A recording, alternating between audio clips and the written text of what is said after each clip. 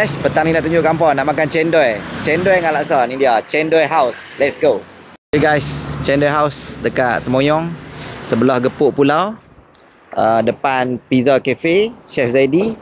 Tepi tu masjid, tepi jalan saja. Okay, tepi jalan, lorong nak masuk Tok Tam Homestay tu. Alright, jom. Kita buat order dulu. Okey, Cendol House sedapnya bikin rindu. Tadi siapa dia yang komen tadi tu? Tidak, kita sampai dah. Bagi kita cendol, laksa. Apa tadi dia kita tengok tadi? Pekno dengan roti jala. Minggu ni tak siap. Oh, tak siap lagi. Baru buka ke kedai? Oh, belah satu. Ni dia cendol. Oh, ya ke? Oh, ya, betul. Oh, dia. Oh, bersusun. Cendol apa? Ada cendol special ke? Oh, sat nak tengok. Cendol apa? Maksud ni jalan-jalan cari makan ke? Kedai kat Dostar. Oh, kedai Dostar. So, maksud kedai kat Dostar ada lagi lah ni. Oh, pindah mai sini. Alright guys, dia punya cendol pakai santan sawit. Bukan santan biasa. Pakai santan sawit weh.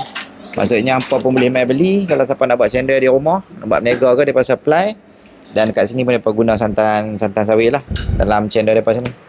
Okay guys, menu dia kat sini tak banyak. So kita memang makan cendol dengan laksa lah. Oh, laksa dia kuah pekat melikat geng. Mesti sur punya pasal kuah pekat. Tu dia geng. Kita makan laksa dulu. Sekejap kita kena cendol pula. Dia punya kuah memang pekat. Bismillahirrahmanirrahim. Wow. Pekat ni. Bismillah.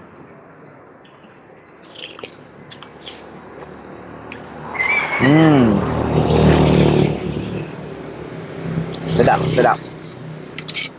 Kuah pekat sedap.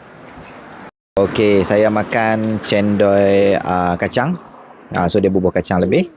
Kemudian Cik Na dia makan cendol aiskrim. Wow. Menarik ya. Cik Na punya nampak sedap lagi. Tapi saya suka makan kacang. Okey Cik Na. Cuba tengok Cik Na. Dia pakai santan sawit. Cik Na tak berapa minat kot santan sawit. Tapi saya suka santan sawit. Dia rasa lain. Laksa dia macam mana? Kuah pekat kan? Nak. Kicap dengan otak udang boleh? Apa? Okey, kita rasa dia punya cendol pula. Oh, cendol dia. Wah. Bismillahirrahmanirrahim.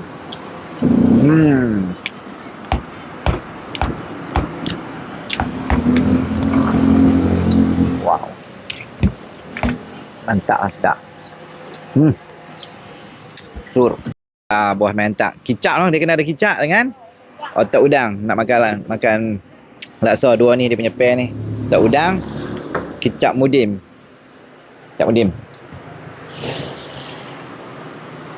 Buah ni popular. Kicap mudim dia likat-likat sikit lah. Pekat-pekat je gitu. Okey, buah otak udang pula. Okey, kita ambil otak udang. Okey. Boleh. Okey guys, kuah dia memang pekat. So memang aku make suggestion kat hangpa memang hangpa kena mai no. Kena cendol petang-petang.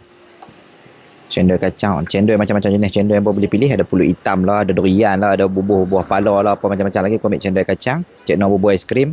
Oh, dia tengah sodok tu. Oh, padu lah. Kicap apa semua disediakan. Otak udang ni wajib ada ni. Memang padu lah disediakan semua. Okay, jemput jambu selera kan. Jangan lupa kongsi-kongsikan. Support bisnes orang kita. Dia lokasi dia.